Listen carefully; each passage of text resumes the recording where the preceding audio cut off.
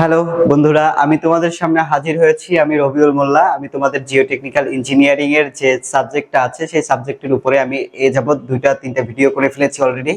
এখন আমরা যে জিওটেকনিক্যাল ইঞ্জিনিয়ারিং এর যে টপিকটা নিয়ে আলোচনা করব খুবই গুরুত্বপূর্ণ এবং খুবই গুরুত্বপূর্ণ। এখানে তোমাদের জিওটেকনিক্যাল ইঞ্জিনিয়ারিং এর যে প্রমাণ আছে সেই প্রমাণগুলো তোমাদের সেমিস্টার ফাইনাল থেকে শুরু করে মিড টার্ম, তারপর হচ্ছে জবের ক্ষেত্রেও এসে থাকে।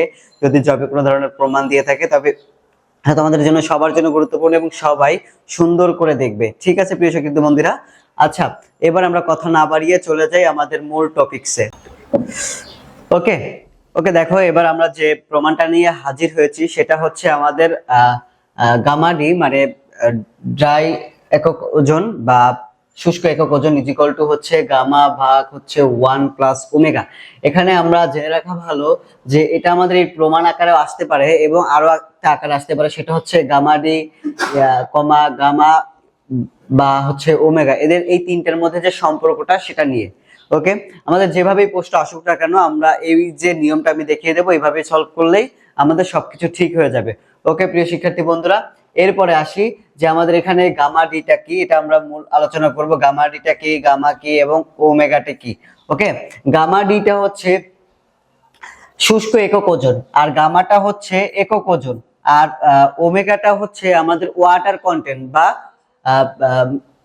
পানির ওজন। ঠিক আছে, এখন দেখো যে আমরা এখন নোটেশন সহকারে এই পাশে যেগুলো আছে আমরা ওইগুলো সব লিখে নিব যে আসলে এখানে আমাদের কি কি আছে। আচ্ছা এখানে লিখে নেই,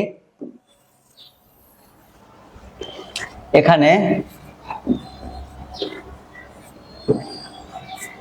এখানে কি দেয়া আছে, গামাডি, গামাডি হচ্ছে শুষ্ক একক ওজন। ওকে, এরপরে যেটা আছে সেটা হচ্ছে আমাদের গামা, গামাটা হচ্ছে মৃত্তিকার নমুনা মৃত্তিকার একক ওজন। ওকে, এটা হচ্ছে মূলত হচ্ছে মোট একক ওজন, মোট একক ওজন। আচ্ছা এরপরে কোনটা রয়েছে সেটা হচ্ছে আমাদের ওমেগা আছে। এই ওমেগাটাকে কি, ওমেগা মূলত কি, এটা হচ্ছে পানির ওয়াটার কন্টেন্ট, ওয়াটার কন্টেন্ট।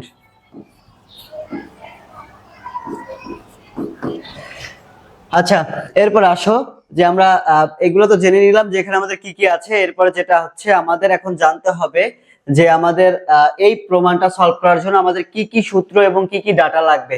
ওকে, কথা না বাড়িয়ে এবার আমরা চলে যাই আমাদের প্রমাণের উদ্দেশ্যে। ওকে দেখো, এখন আমাদের এই পাশের সব ডাটাগুলো নেওয়া হয়ে গেল। এখন আমরা জানি যে ওমেগাটা আমরা জানি কি, ওমেগা ইজ ইকুয়াল টু জানি হচ্ছে ডাব্লিউ, ডাব্লিউ ডাব্লিউ ভাগ হচ্ছে ডাব্লিউ এস নাকি। আমরা জানি কি ওমেগা ইজ ইকুয়াল টু জানি W W by W S, omega is equal to জানি ডাব্লিউ ডাব্লিউ ভাগ হচ্ছে ডাব্লিউ এস নাকি। প্রিয় শিক্ষার্থী বন্ধুরা, এখন আসো এখান থেকে আমরা কি করতে পারি, এখানে প্রমাণের সাথে আমরা উভয় পাশে 1 যোগ করে দিতে পারি। কি যোগ করতে পারি, 1 যোগ করি। এখানে যদি 1 যোগ করে দেই 1 প্লাস ওমেগা।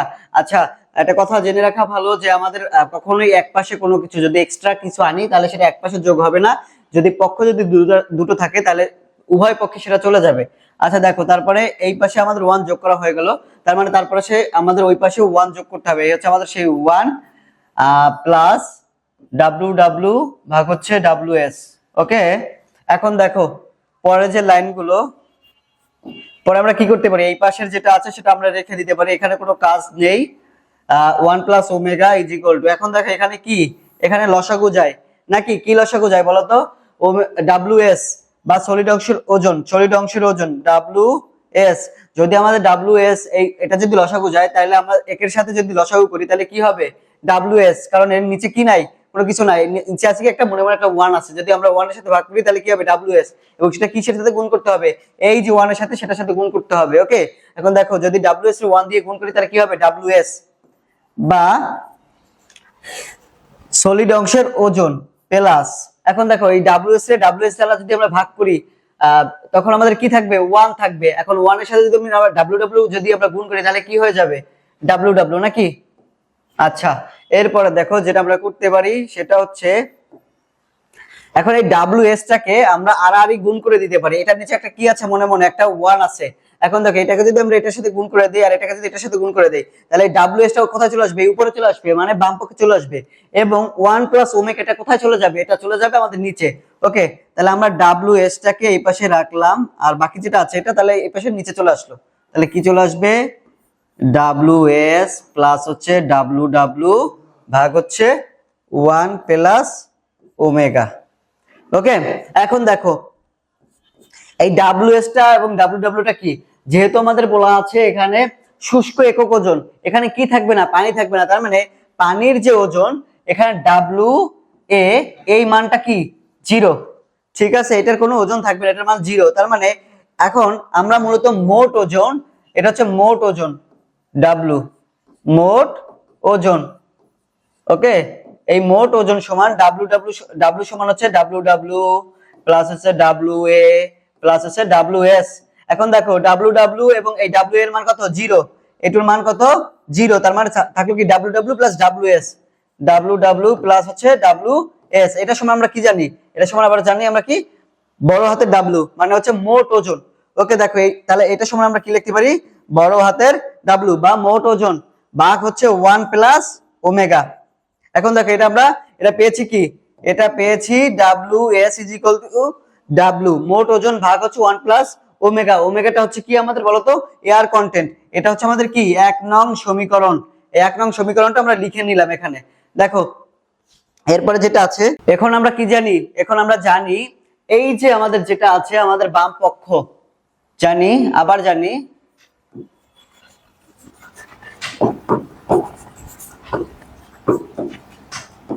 জানি কি gamma D is equal to WS ভাগ হচ্ছে ভি। এটা হচ্ছে আমাদের মূল যে সূত্র, আমরা যে সংজ্ঞা পড়েছিলাম সেই সংজ্ঞাটা কেমন ছিল? শুষ্ক একক ওজন ইজ ইকুয়াল টু, বা শুষ্ক একক ওজন মূলত কি? শুষ্ক একক ওজন হচ্ছে সলিড অংশের ওজনের সাথে যখন আমরা মোট আয়তনের অনুপাত করব তখন সেটা কি হয়ে যাবে? সেটা আমাদের হয়ে যাবে শুষ্ক একক ওজন। আচ্ছা, এখন দেখো আমরা এই যে শুষ্ক একক ওজন, এই যে এই পাশটা তো আমাদের এটার সাথে মিলে গেল, তাই না? আমরা এটা জেনে নিলাম। এখন আমাদের কাজ কোনটা? এই পাশটাকে তৈরি করা।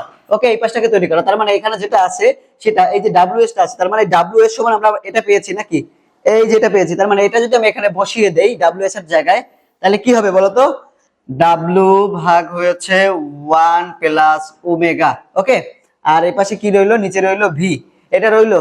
ঠিক আছে প্রিয় শিক্ষার্থী বন্ধুরা, এরপরে আসো পরের যে লাইনটা হবে সেটা কি হবে?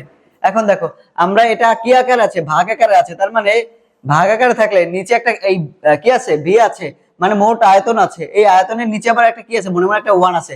তার মানে যদি দুইটা পদ বা দুইটা রাশি যদি আমাদের উপর নিচে থাকে, ভাগ আকারে থাকে, ভগ্নাংশ আকারে থাকে, তখন যদি আমরা কি করতে পারি? এটাকে এক পাশটাকে রেখে অন্য পাশটা কি উল্টে যায়, এইভাবে উল্টে যাবে। কিভাবে উল্টে যাবে? মোট ওজন ভাগ হচ্ছে 1 প্লাস ওয়াটার কন্টেন্ট গুণ হচ্ছে 1 বাই ভি, নাকি? মানে 1টা উপরে চলে যাবে আর ভিটা মোট আয়তন যেটা আছে সেটা নিচে চলে আসবে। ওকে, আচ্ছা দেখো এরপরে যে লাইনটা আমরা কি করতে পারি? এই যে আমরা W বাই ভি, এই W বাই ভিটা আছে, এটা কি আকার আছে? গুণ আকার আছে। তাহলে মানে W বাই ভিটাকে এভাবে রাখলাম, হ্যাঁ, ইনটু লিখলাম 1 বাই 1 প্লাস ওমেগা। এভাবে তো লেখা যায় নাকি? এই একই জিনিস, এটা যা ওইটাও তাই, একই জিনিস। ওকে, এখন দেখো আমরা আবার গামা সমান জানি, এই যে গামা সমান মোট একক ওজন, গামা ইজ ইকুয়াল টু জানি কি মোট ওজন ভাগ হচ্ছে মোট আয়তন। এটাকে যদি আমরা মোট ওজনটাকে যদি আমরা মোট আয়তন দ্বারা ভাগ করি তাহলে আমরা কি পাবো? মোট একক ওজনটা পাবো। ওকে, আমরা এককেও মিলিয়ে দেখতে পারবো। এটার যেমন কেজি, এটার একক কি কেজি, আর এটার একক কি মিটার কিউব। যদি আমরা এমকেএসি করি তার মানে এটার একক হবে কি কেজি পার মিটার কিউব। এটাই হচ্ছে আমাদের সেই কি একক, মোট একক ওজনের একক। ঠিক আছে, এখন দেখো তাহলে আমরা কি লিখতে পারি? এটা সমান আমরা কি লিখতে পারি? এটা সমান আমরা লিখতে পারি গামা। তার মানে এটা সমান যদি আমরা গামা থাকে তার মানে এই হচ্ছে সেই গামা ভাগ হচ্ছে 1 প্লাস ওমেগা। এখন দেখো এটা সমান এইগুলো হচ্ছে সব এখানে লিখে দিব। সুতরাং gamma D is equal to হচ্ছে 1 গামা ভাগ হচ্ছে 1 প্লাস ওমেগা। দেখো এটার সাথে এটা মিলেছে, যেটা মিলেছে, তার মানে আমরা এটা যদি মিলে যায় তাহলে আমরা কি লিখতে পারি? এটাই হচ্ছে আমাদের সেই প্রুফড। ওকে, ওকে প্রিয় শিক্ষার্থী বন্ধুরা, এই ছিল আজকে আমাদের একটা প্রমাণ।